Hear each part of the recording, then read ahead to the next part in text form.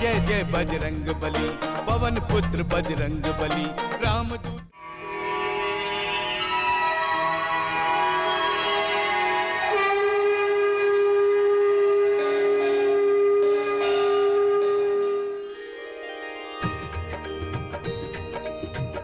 जय हनुमान ज्ञान गुण सागर, जय कपीश तिहु लोक उजागर।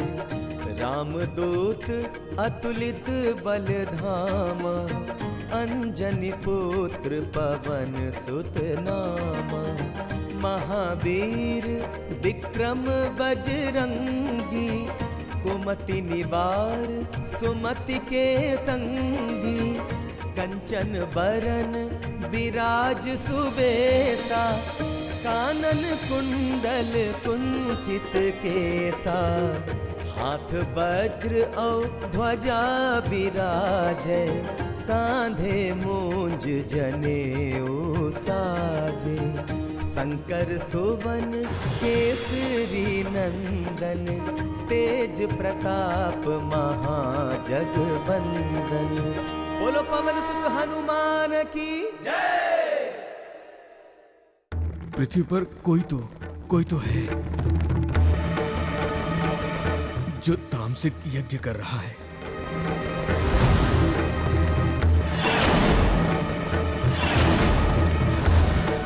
एक भी पल के लिए यज्ञ नहीं रुकना चाहिए। आहुति रुकी, समझो तुम्हारी श्वास रुकी। यदि इस यज्ञ को रोका नहीं गया तो संसार का अंत हो जाएगा।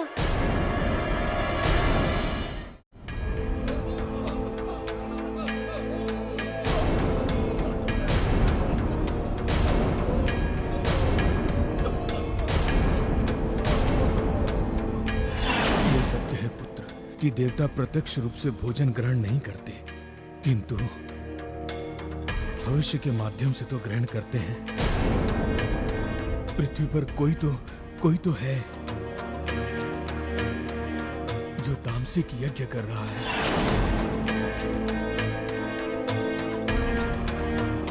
इंद्रदेव, आप लोगों की अवस्था का कारण मैं समझ गया, किंतु एक बात मैं समझ नहीं पा रहा हूँ कि जब आप लोग इस तथ्य से अवगत हैं कि अशुद्ध भविष्य इस अवस्था का मूल कारण है, तो आप लोग उसे ग्रहण ही क्यों कर रहे हैं? उसे ग्रहण करना छोड़ क्यों नहीं देते? प्रभु, यही तो हम देवताओं की विडंबना है कि हमें हविष प्राप्त करना ही होगा, छोड़ नहीं सकते प्रभु। ब्रह्मदेव के नीति निर्धारण के अनुसार इस संसार में जो भी हविष अर्पित किया जाएगा उसे हमें ग्रहण करना ही पड़ेगा। तथा संसार में ये प्रथम अवसर है जब कोई अशुद्ध भविष्य का यज्ञ कर रहा है और हम सभी को उसे ग्रहण भी करना पड़ रहा है। हमारी रक्षा कीजिए प्रभु। प्रभु, इस यज्ञ को रोकिए, इस यज्ञ को रोकिए।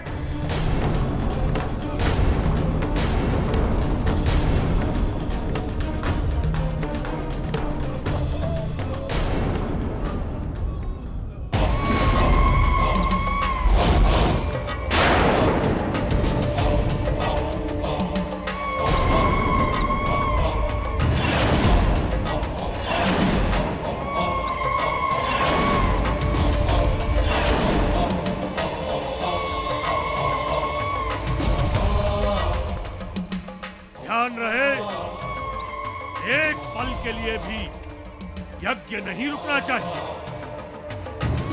अन्यथा मैं देवताओं का अंत तो बाद में करूंगा, किंतु उससे पहले तुम्हारे परिवार का और तुम्हारा अंत कर दूंगा। विप्रचित्त, कर दो अंत। ना ही भय है अब अपने अंत का, ना ही तुम्हारे अत्याचार का। क्या कहा? ये कि हम धर्म के रक्षक, देवताओं की शक्ति, तुम्हारे अत्याचार के भय से ये अधर्म नहीं करेंगे, उल्लंघन करते हैं तुम्हारी आज्ञा का। ऋषि, तेरा ये दुस्साहस!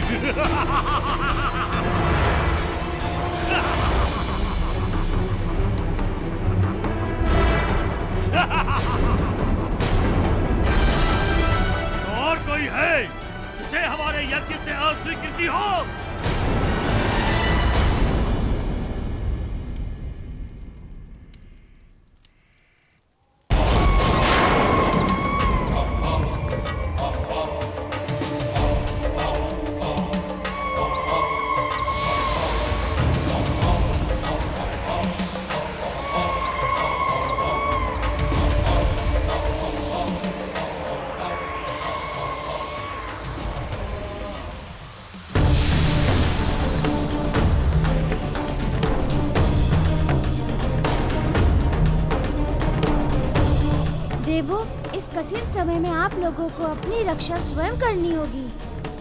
हमें अपनी रक्षा स्वयं करनी होगी, किंतु वो कैसे प्रभु? प्रभु बताइए, हमें अपनी रक्षा स्वयं कैसे करनी होगी? अपने धैर्य के ढाल अथवा साहस के कवच से इंद्रदेव। मेरे उस यज्ञ को रोकने तक आपको धैर्य रखना होगा। मैं विश्वास दिलाता हूँ, आप धैर्य रखेंगे तो अधर्म की मृत्यु अवश्य होगी।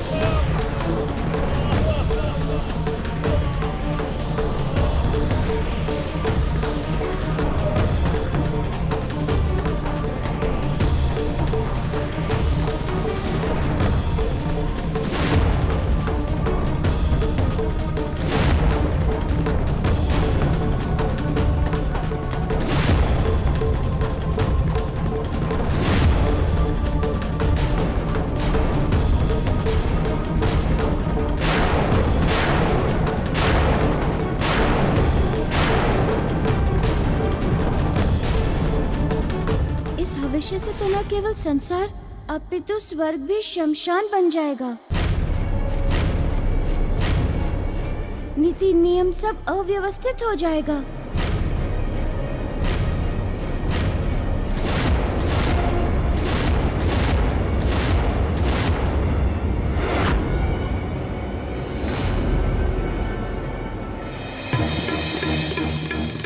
मुझे अविलंब रोकना होगा उस यज्ञ को, अविलंब।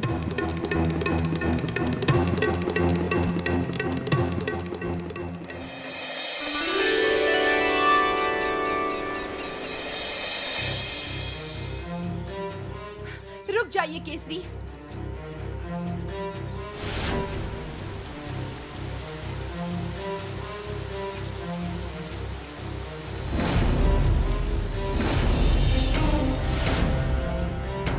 रुक जाइए केसरी, आप इस प्रकार मुझे छोड़कर नहीं जा सकते। केसरी रुकिए, रुक जाइए केसरी। मैंने वर्षों आपकी प्रतीक्षा की है। जब आज हम साथ में हैं, तो आप इस प्रकार मुझसे मुख मोड़कर मुझसे दूर नहीं जा सकते। केसरी, आपको मेरी पुकार सुननी होगी। हमारा प्यार अभी मरा नहीं। हम आज भी एक दूसरे से उतना ही प्रेम करते हैं जितना आज से 20 वर्ष पूर्व करते थे। केसरी। सुकन्या, तुम जो कह रही हो वो तुम्हारा एक पक्षीय भाव है, एक पक्षीय प्रेम है। मेरी ओर से न था, न है, न भविष्य में रहेगा। तुम्हारा मेरा मार्ग नितांत ही पृथक है और तुम मेरे रास्ते में मत आओ, हट जाओ।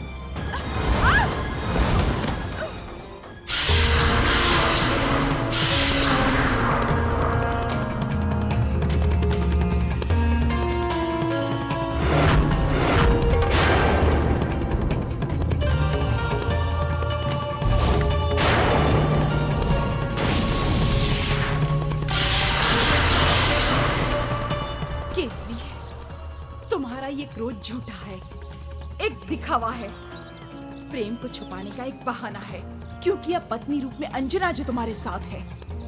सदा ही मेरा प्रेम पराजित होता रहा है, सदा ही किसी न किसी वेदी पर बलि चढ़ता रहा है। किंतु इस बार मैं अपने प्रेम को किसी भी बलि वेदी पर भेंट नहीं चढ़ने दूंगी। इस बार मैं अपने अमूल्य प्रेम धन को खोने नहीं दूंगी, किसी भी स्थिति में नहीं। चाहे मुझे इसे पाने के लिए कुछ भी क्यों न करना पड़े, मैं करूंगी, सब कुछ करूंगी।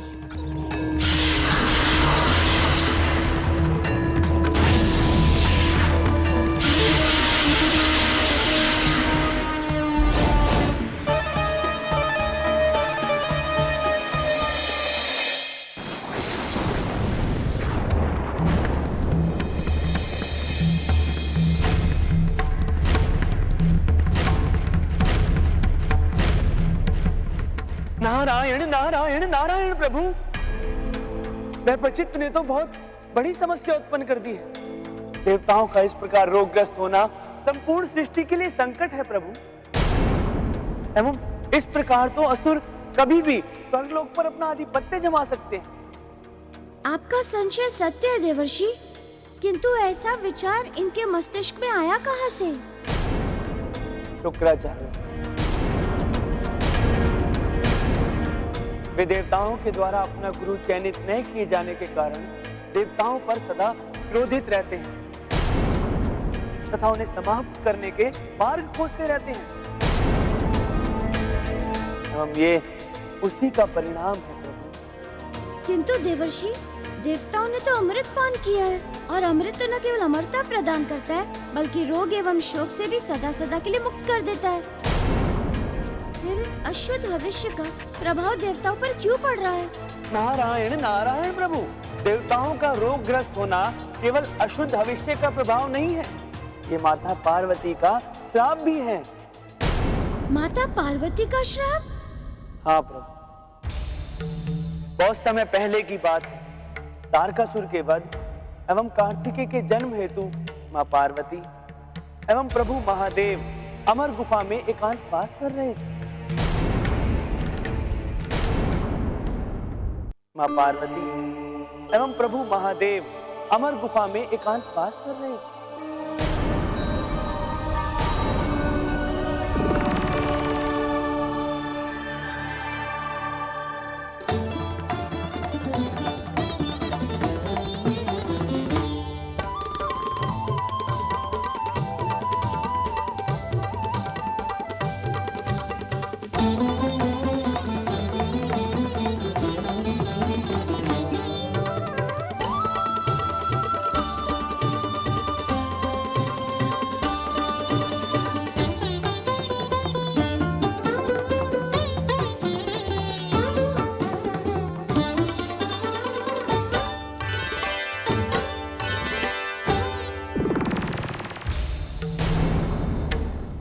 किंतु इंद्र एवं अन्य देवतागण इस सत्य से अवगत थे कि मां गंगा के श्राप के कारण मां पार्वती कभी गर्भ धारण नहीं कर सकती।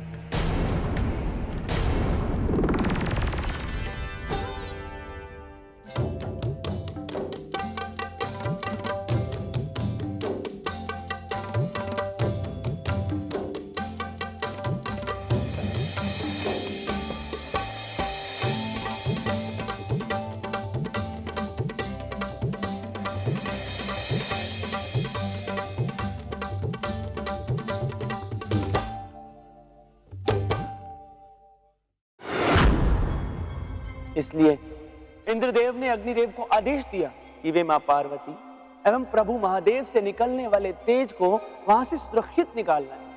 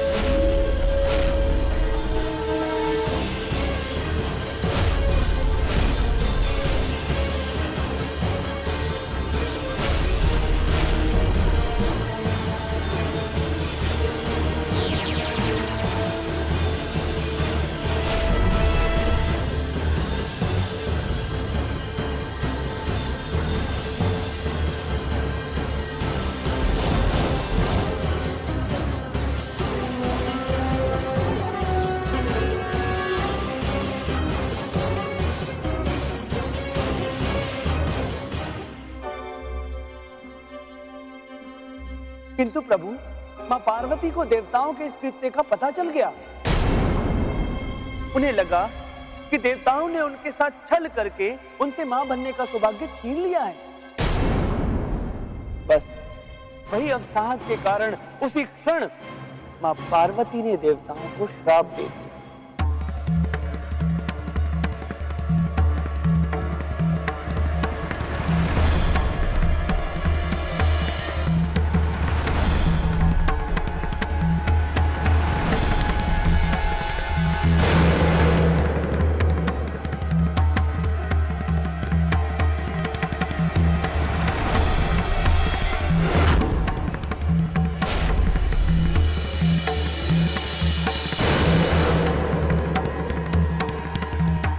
देवों, आज मैं तुम्हारे कारण जननी बनने के सुख से वंचित रह गई तथा दारुण की अग्नि में जल रही हूँ।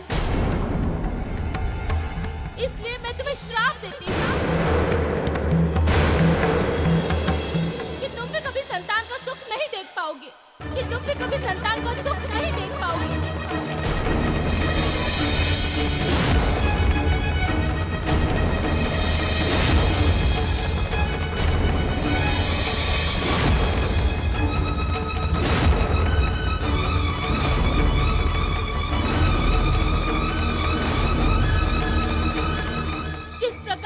अग्नि में जल रही हूँ, उसी प्रकार तुम भी दुख एवं रोग का प्रकोप सहोगे।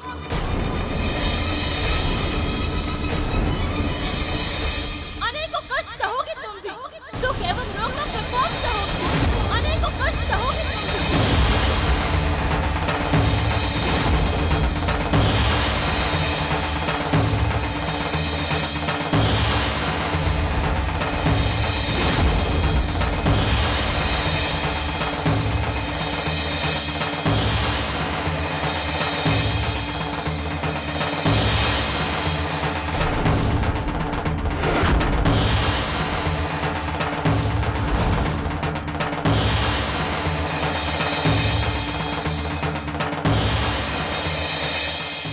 और माता पार्वती का वही श्राप आज प्रतिफलित हुआ है प्रभु, जिसके कारण समस्त देवतागण आज निर्बल, रोगग्रस्त एवं शक्तिहीन हो गए हैं।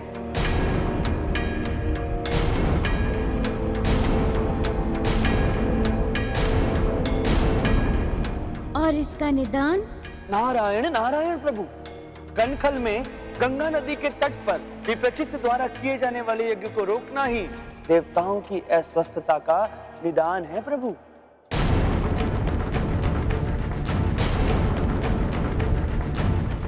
ठीक है देवर्षि, तो अब विप्रचित अधिक समय तक वो अपना यज्ञ नहीं कर सकता।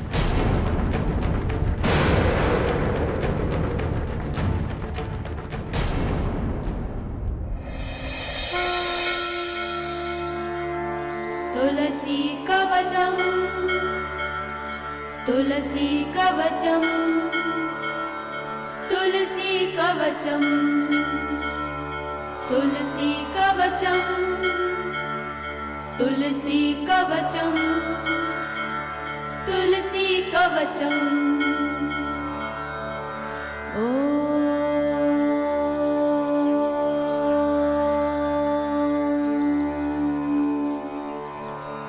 तुलसी श्री महादेवी नमः, पंकज धारिणी शिरो में तुलसी पातु, भालं पातु यशस्विनी। तुलसी कवचम, तुलसी कवचम, तुलसी कवचम, तुलसी कवचम, तुलसी कवचम, तुलसी कवचम।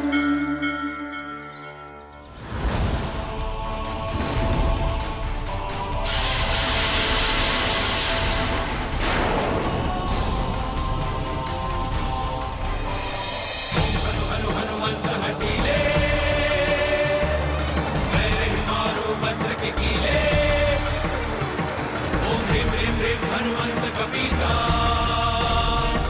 ओम ओम ओम ओम बल चलंता ओम हनु हनु हनु हनु हनु हनुमंता ओम हं हं हाक देत कपि चंचल ओम सन सन सह विपराने खलदल जब बजरंग बाण जहि मारो ताहि कहो फिर कौन उबारो बजरंग बाण बजरंग बाण बजरंग बाण बजरंग बाण बजरंग बाण बजरंग बाण।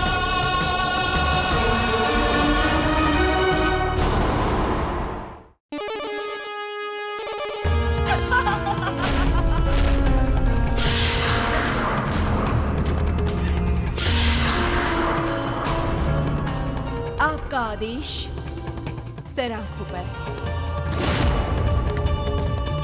किंतु सच तो यह है कि जाऊंगी तो केवल यहाँ की धरती से जाऊंगी, आपके हृदय की धरती से नहीं।